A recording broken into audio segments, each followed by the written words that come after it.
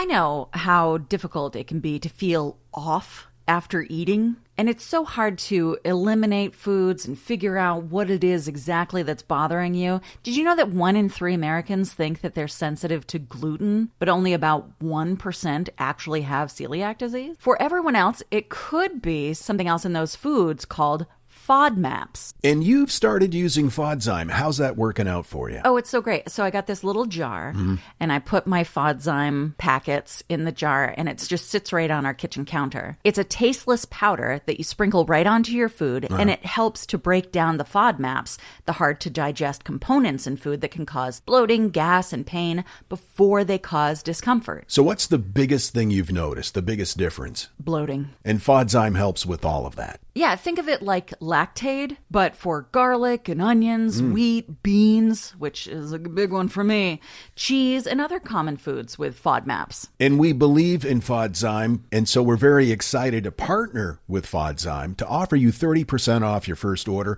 when you go to icaneatagain.com/oddities. That's icaneatagain.com/oddities for 30% off your first order. Finally, you can enjoy your favorite foods without the pain. Just go to icaneatagain.com/oddities. LinkedIn is pretty amazing at helping you grow your small business. We cannot stop your new clients from emailing you at 3 a.m. We can help you sell, market, and hire in one place. We cannot help you be in 3 places at once. And while we can't help you organize your calendar, LinkedIn can help you land more clients so you have a calendar to organize. Grow your small business on LinkedIn. Learn more at linkedin.com/smallbusiness. The Box of Oddities. So I posted a video of the kickoff to Super Chomp Summer, and Randy commented, "How do y'all come up with these ideas? Tell us in advance so we can make our own and share." And you know what? That's my bad. But you are busy creating holidays and festivities. You can't be expected to let everybody else know about it. But Well, I think that's part of the joy, is having other people chime in and partake. So, yes, that's totally my bad. Super Chomp Summer officially kicked off yesterday. It's very exciting. Am I screaming? You are a little bit. Sorry. Yeah, you're very animated. Super Chomp Summer, Kat invented this. Every week we're going to watch a movie that has to do with sharks or underwater predators. And last night we kicked it off with Jaws. Yes, I thought it was only appropriate that we kick it off with the ultimate Super Chomp movie, Jaws. Plus, our friend Adam had never seen Jaws, so I thought it was, we could schedule that. But then from now on, for the next 12 weeks, each Sunday, we will select a movie by way of the advent calendar of sorts that I have created. She's created a pool with fake little plastic sharks in there, and there are numbers on it that correspond to movies and salad. It's not just sharks. There's also limbs. That's right, body parts. You picked up a bunch of old Barbie dolls at a garage sale and hacked them up. I actually had a really fun conversation with a woman on Marketplace because she had a lot of Barbies for sale for like $10. And I was like, hey, I'm going to come get these Barbies. And she sent me a message and she said, you know what? I'm going through it right now and I don't have them ready for you. And I said, oh, it's not a problem because I'm just putting together a project. It's not like a immediate need.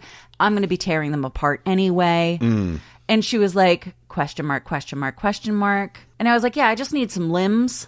And so she said, oh my gosh, no, I have some garbage dolls and I'll just give those to you for free. Well, so there you go. We actually had a real moment of like humans meeting where we needed to meet kind of sesh.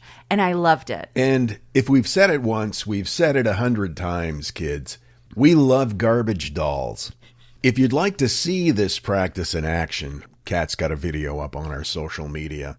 And we encourage you to go to our social media. Anyway. It's on Patreon and TikTok, but I can put it on the rest. Oh, okay. Well, Harry Martindale wasn't looking for ghosts. He wasn't. He was looking for a place to install a boiler. I'm sorry. Is that a grabber? It really is. All right. It feels very Keith Morrison. Harry Martindale wasn't looking for ghosts. Or was he? Now, Harry was 18 years old. He was an apprentice for a heating engineer and spending another afternoon in the cellar of Treasure's house in York, in England. It was dirty, cramped. It was work that he had done before because York is full of old buildings, and nothing about the day suggested it would become one of Britain's most bizarre paranormal cases. He's just working there, and yeah, he hears a trumpet. Oh. And for the next several seconds, everything about his ordinary workday stopped making sense. It was February of 1953, and Harry was putting that new boiler into the building's cellar. He wasn't investigating ghosts. That's not why he was there. He was there just to do his job, and by all accounts, it had been a pretty ordinary day up until later in the afternoon. He was working alone for several hours when he heard that trumpet. It was faint, almost distant, but it didn't seem to be coming from outside the building. Okay. Before he had much chance to think about it, he saw some movement in the periphery of his vision near one of the cellar walls, and a horse emerged from the solid stone. Harry would later insist that nothing about what he saw resembled those types of, you know how we hear descriptions of ghosts or apparitions as being semi-transparent? Sure. The horse, he said, looked solid. That's so weird. Yeah. The rider looked solid as well. They moved like they had no idea anybody was watching them. Behind the mounted soldier, They were dancing like no one was watching. came more men, marching two abreast across the cellar before disappearing through the wall on the opposite side. He estimated there were about 20 of them. And again, they all looked solid. The details, he remembered, have always been one of the most compelling parts of his account. The soldiers didn't look like polished Romans like you would see in a Hollywood film or maybe a textbook illustration. Their uniforms appeared to be worn from long use. They were tattered and dirty. The men's faces looked tired rather than heroic, and some of the men even seemed far older than Harry expected soldiers to be. So it wasn't an image that had been burned into his mind by today's culture. He remembered hearing leather straps creaking as they walked, metal fittings knocking softly against one another, and he thought he caught fragments of conversation, but it was a language he did not understand. It wasn't just an image. It felt to him like a moment unfolding in front of him. One detail, however, immediately became the focus of almost every discussion that followed this particular event. Okay. Harry could only see soldiers from about the knees up. At first, when he saw these apparitions or ghosts or vision, whatever it was, he thought that they were small, that they were short, tiny men. But when he looked closer, Harry could only see the soldiers from the knees up. They were just defooted. Yeah. Okay. Everything below the knees disappeared. Huh. Now, if you're inclined to be skeptical, and I know you are, What? it's easy to understand why that detail attracted so much attention. The human brain is remarkably good at filling in missing information. We've mentioned this many, many times, especially under unusual circumstances. Psychologists have documented how fatigue or isolation or stress or expectation, even dim lighting, can produce vivid perceptual experiences. Oh, for sure. Memory isn't a flawless recording device. It changes every time we revisit it, often without us realizing. So when Harry described Roman soldiers whose lower legs simply weren't there, many people saw that as the strongest indication that he had experienced some kind of hallucination or a waking dream. And what's interesting is nobody thought he was making this up. He seemed very shook by it. He clearly believed what he saw was real, whether it was or not. Okay. And it's such a specific thing to... It's dark and I misunderstood what I saw. Yeah. See. Does that make sense? Yeah. Like, for instance, the other night, I woke up. I've told you about this. Yeah. I was having one of those things where I was in the middle of pretty deep thought, and then I realized I was awake, and I was like, no, I should be asleep. And I looked at the clock, and it was like 4 a.m., and I was like, okay, well, should have had a gummy. Anyway, so I was laying there, and then I noticed something crawling on my ceiling, which, if you know me, you know is like my nightmare. Anything that moves unusually. Unnaturally. Yeah. So I turned on the light because I'm not an idiot. And it was the vent on the ceiling. And it was just, dark and light and shadow and all that business. So you think actually having a gummy would have helped that experience? I think I wouldn't have woken up to see it. Okay. There is that.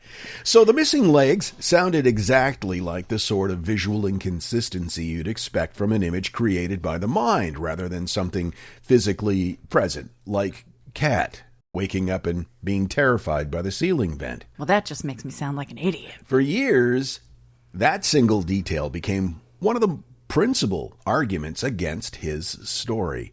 Then something unexpected happened. Archaeologists studying the history of Treasure's house confirmed that the building stands above one of the principal ancient Roman roads. Oh.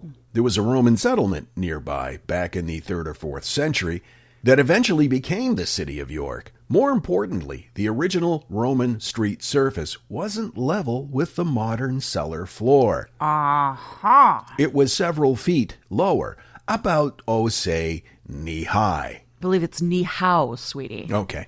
This, of course, meant somebody standing in the cellar wouldn't have looked directly at people walking along the ancient roadway. They would have been looking several feet above it. Right. About knee-how. That's how you say hello in Chinese. Oh. It just sounds like knee-high, but it's... Okay. In other words, if a line of Roman soldiers had somehow been marching along the original road, an observer standing at the modern cellar floor would have seen them almost exactly as Harry described. And this road the existence of it was not confirmed until years after the reported sighting. Now, this discovery, of course, doesn't prove that Harry witnessed ghosts. Coincidences do happen. Hallucinations can include details that later acquire unexpected significance. It's entirely possible that an ordinary perceptual experience happened to line up with an extraordinary piece of archaeology. Of course. It's possible. Sure. But I will say, if you look at photos of Treasure's house on the internet, it looks haunted. Oh, yeah, absolutely. I don't know how to describe it other than that. It's absolutely gorgeous. I pine for it. Mm-hmm. I yearn to... I don't know how to... I want my aesthetic to be this house. Like, I want you to look at me, and instead of seeing me as a human person, I want you to see this house. A medieval structure. I don't know how to describe what I'm trying to say, but it's gorgeous. It is. Oh, and the rich fabrics. And I love it. And ancient Roman soldiers tramping through your basement. Don't perceive me. Perceive house. Okay. You're a weird little fucker. Now, when Harry first described the soldiers, historians questioned several aspects of what he reported. He mentioned round shields instead of the rectangular shields that most people associate with Roman legionnaires.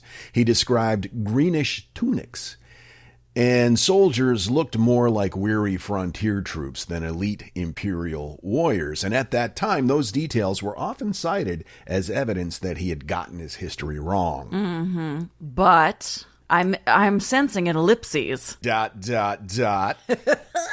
As archaeological research into the later Roman period continued, that criticism became less certain. Evidence suggested that some auxiliary units stationed in Britain did indeed carry round shields, and their appearance would have differed considerably from the familiar image of Roman soldiers found in older books and films. Once again, none of that proves Harry witnessed an event from the 4th century, but it does mean other objections lost some of their certainty. And there's one more reason that this story has endured. Harry has not been the only person associated with Treasure's House to report unusual experiences.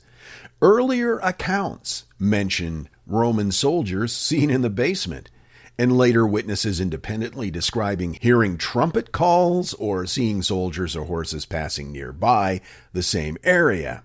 So whether Harry experienced an extraordinarily vivid hallucination or just a trick of the mind or something we simply don't have framework to explain, his account holds a unique place in the paranormal history of Britain because the evidence has never really been settled one way or the other.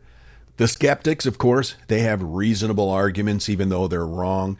And the believers have some surprisingly stubborn facts. And beneath one of England's oldest cities, there's still a cellar where on an ordinary afternoon in 1953, an apprentice heating engineer claimed to watch a company of tired ancient Roman soldiers march through a wall and disappear into history all over again.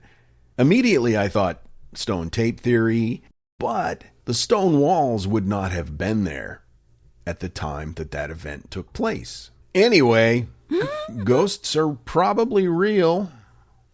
My sources, the ghost stories of Treasure's House, York, that came from the National Trust, The Roman Army by Richard Holmes, and This House is Haunted by Guy Leon Playfair. Guy Leon Playfair. Like that. Would you still love me if I was a stone mansion? Yep. I would. I'd probably love you more. I asked him if he would love me the other day. If he would love me still if I was a worm. Yeah. He looked at me and went, no. Well, I think truthfulness is important in a relationship. And yeah, if you became a worm, no, I would probably lose my affection for you. I can't even believe you. Fickle. Since we moved back from Ecuador, I've stepped up my fashion game. Trying to buy clothes in Ecuador was a challenge for me because everybody's so tiny, you know. Were known in the neighborhood as being melon head. But in Spanish. Cabeza de melón. So since we've been back, I've been repopulating my wardrobe and updating it. And I've been doing it at Quince. And I love everything they have. Your blue shorts that you got from Quince, they're just the right length. So you've got a little bit of that Magnum PI thigh going on. Yeah. But not too much. And they always look good, even if I don't fold them right away. Just stay in the laundry for a while. Yeah.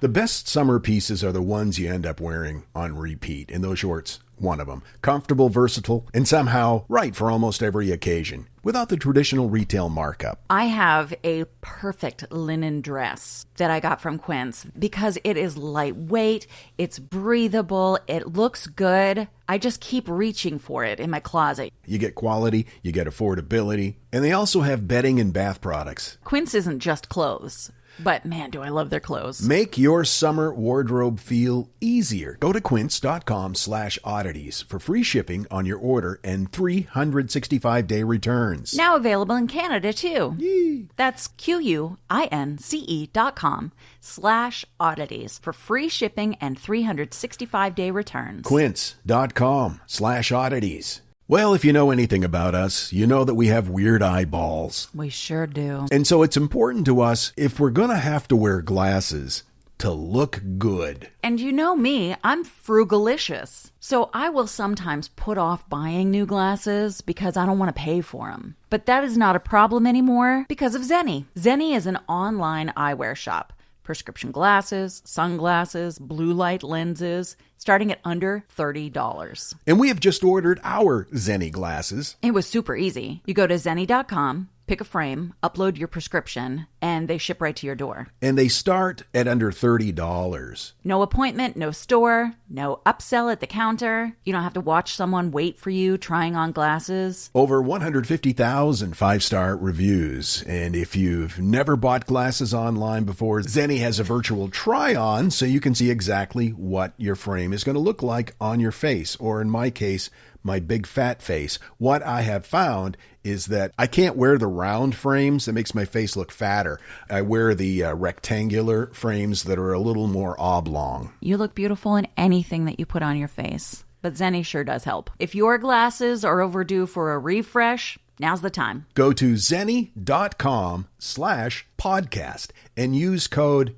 podcast15 for 15% off your first order. The styles do sell out, so don't sit on it. That's zenni.com/podcast. Promo code podcast15. You're fickle. And now, that thing in the middle. Summertime, summertime, summertime, summertime, summertime, summertime, summertime, summertime, dangerously high temperatures. Yeah, so be careful. There is like a heat wave going on. We don't have a single day in Orlando this week that's expected to be below 90. That's not uncommon this time of year, but with the humidity and everything, it feels like 140. So here are some weird and amazing things that only happen in the summer. Number 5, I'm kicking it off with this one because relatable. You're more likely to get a UTI in the summer.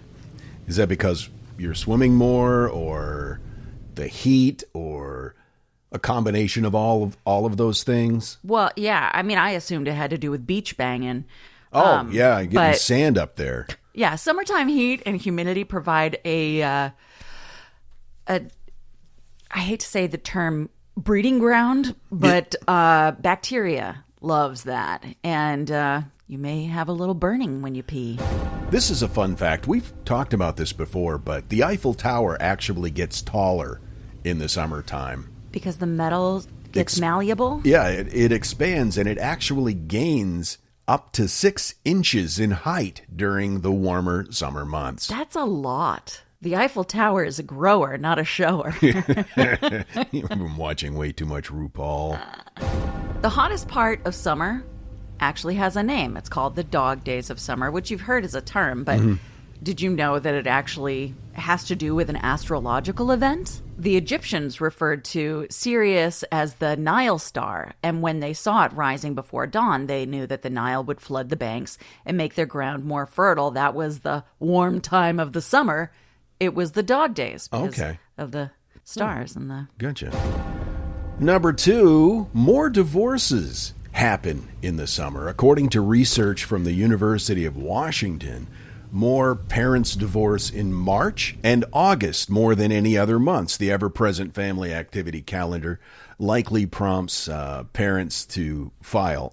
I would think that, the kids are out of school now. I hate my life. I'm going to divorce you. That got dark real fast. It did, and that's not really what happens. But in my mind, sometimes it does kind of take a hard right into dark. Well, we know that emotions run angry when you're hot. Yeah. It's just something as simple as being too sweaty. And number 1, goats climb more in the summer. Because it's cooler at a higher altitude, right? I don't know. Okay, I'm going with that. Every June, goats climb 30 feet or more in the thorny and gnarly argan trees of southwest Morocco. Oh, you mean, okay, they climb trees. They climb trees. Okay. The tree's fruit grows that time of year, so the goats make their way up. And Well, yeah. That is weird when you see pictures of goats in trees. I love it. Goats are the best. We've been having a lot of thunderstorms here in central Florida the last few weeks. It's not uncommon this time of year, but we're seeing a lot of comments from people that are visiting Florida because of the World Cup, and they're from, of course, all over the planet, and people are actually pretty amazed that we have so many intense thunderstorms in such a short period of time. I guess I just didn't realize that our level of thunderstorms weren't a global thing. We bring it. Spotify, it's Jay Shetty. Are you one of those media strategy people? Scrolling through spreadsheets, searching for an audience that pays twice as much attention to your ads than they do on social? Let me introduce you to Fans. And they're here with me on Spotify. Trust me, I know Fans. They don't skip, they stay for hours. They don't move on, they manifest. They're not a demographic group, they're fans. Spotify advertising. You're among fans. Do you find it hard to sleep at night? Then the Sleep Cove podcast can help you. Hi, I'm Christopher Fitton, the voice and clinical hypnotherapist behind Sleep Cove.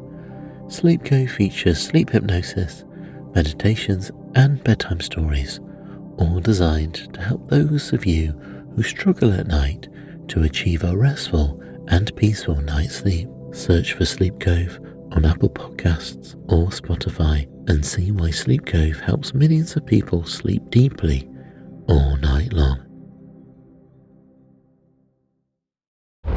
We didn't grow up wanting to be a curator. It just kind of happened. Now more of The Box of Oddities. Well, what you got for me? Sarah Little Turnbull is one of those people whose work you encounter all the time, even if you've never heard her name.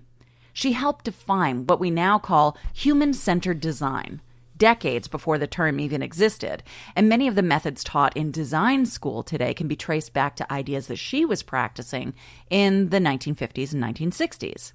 Sarah was born Sarah Finkelstein in Manhattan and raised in Brooklyn, and her mother introduced her to the use of color and form by having her arrange fruits and vegetables in bowls.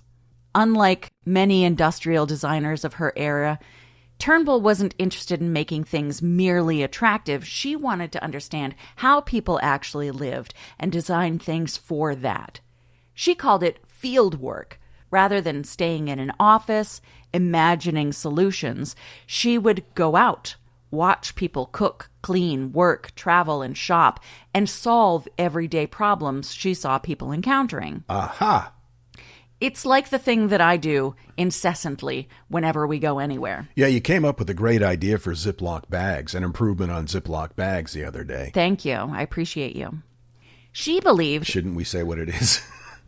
No, I don't want someone to steal my idea. Okay. All right. She believed that good design begins with observation, not inspiration. She once said, I had very intense interest in the people I observed, what they were doing, and why they were doing it. Now, that sounds pretty obvious when you're trying to figure out how to design things for people, but in the 50s, it was actually a pretty radical approach. Turnbull attended the Parsons School of Design during the 1930s before working in advertising, packaging, and illustration. She then spent nearly 20 years as the decor editor for House Beautiful, which there is nothing I love more than thumbing through a vintage House Beautiful. Especially from the 50s and early 60s. Yeah. That was so style forward. In 1958, she founded her own consulting firm, an especially bold move for a woman at the time when industrial design was overwhelmingly male. Instead of selling a signature style, she sold a way of thinking.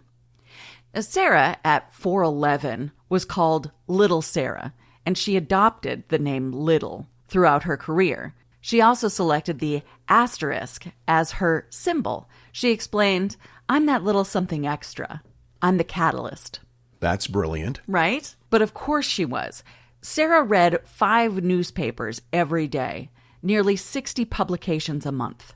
She traveled incessantly to see how people intuitively lived in different regions. She picked up inspiration not just from people, but from animals, famously developing designs for ergonomic pot handles after observing cheetahs in the wild grasping their prey at high speed. Oh my God. Yeah. While consulting for 3M in the 1970s, Turnbull was studying how soft materials could be shaped into rigid, lightweight forms. She realized that the molded structure of a bra cup provided an elegant engineering solution, creating space while maintaining its shape.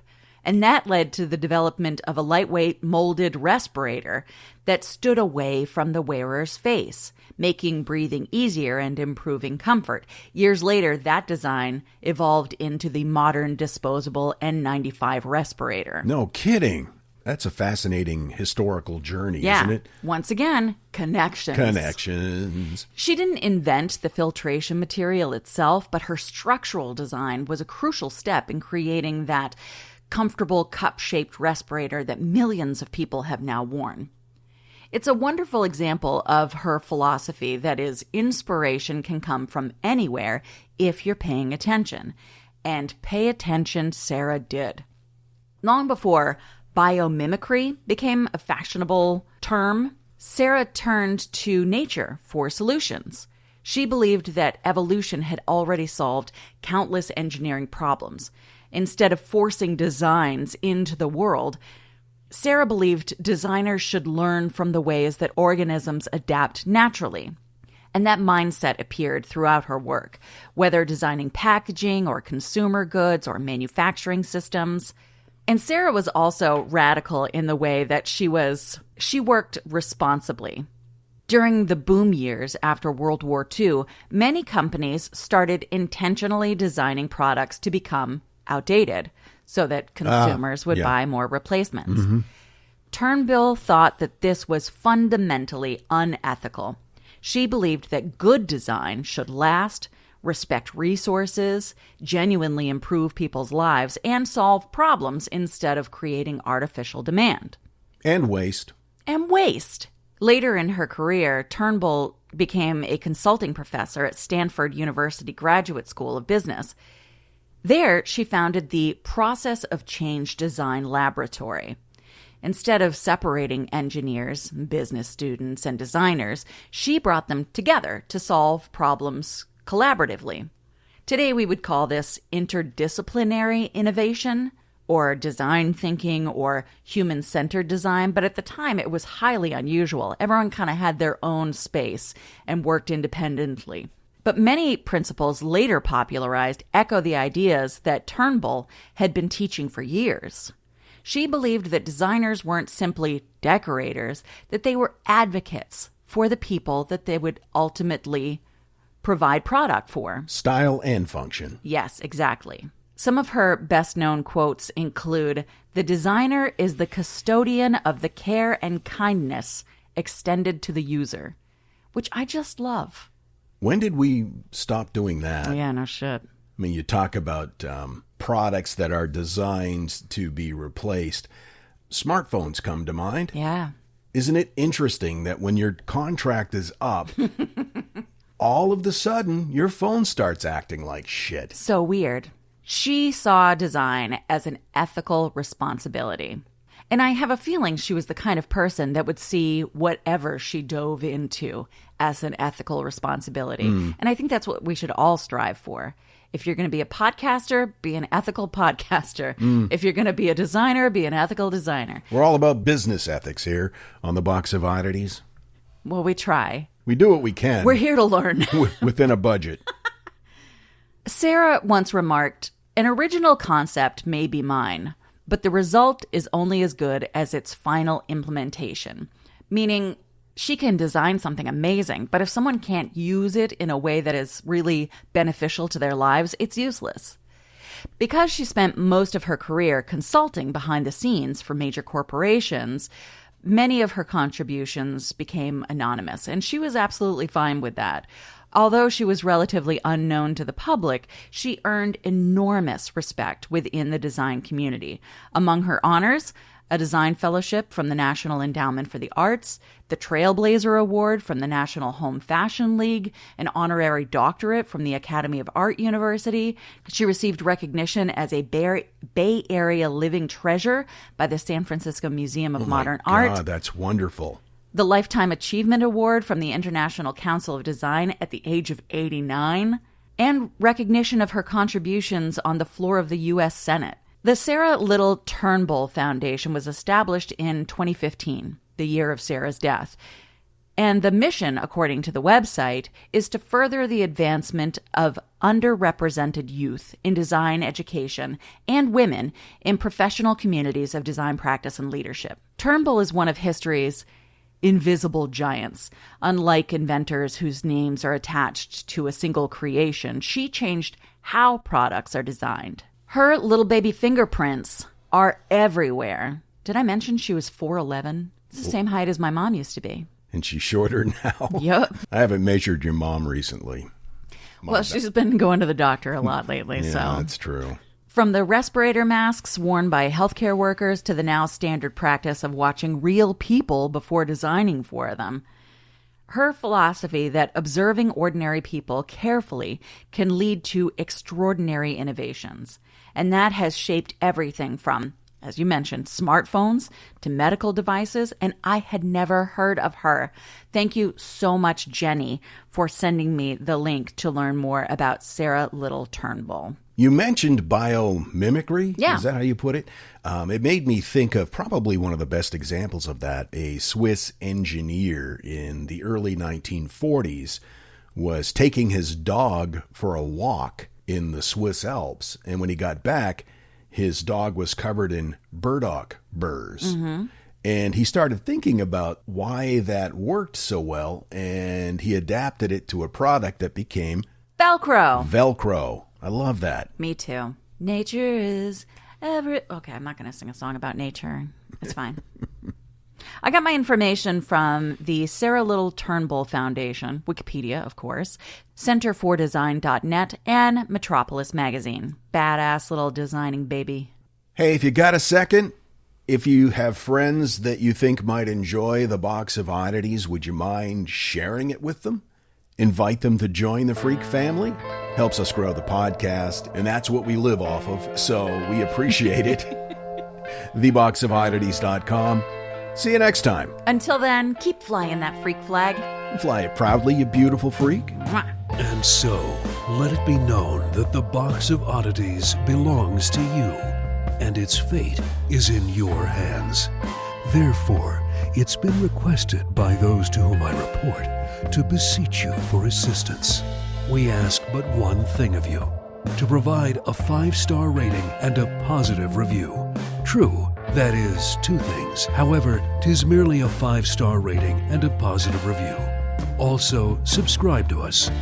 Okay, so 3 things is all we ask. 3 things and 3 things only. Henceforth, the Box of Oddities commits to the telling of stories. Stories of the strange, the bizarre, the unexpected.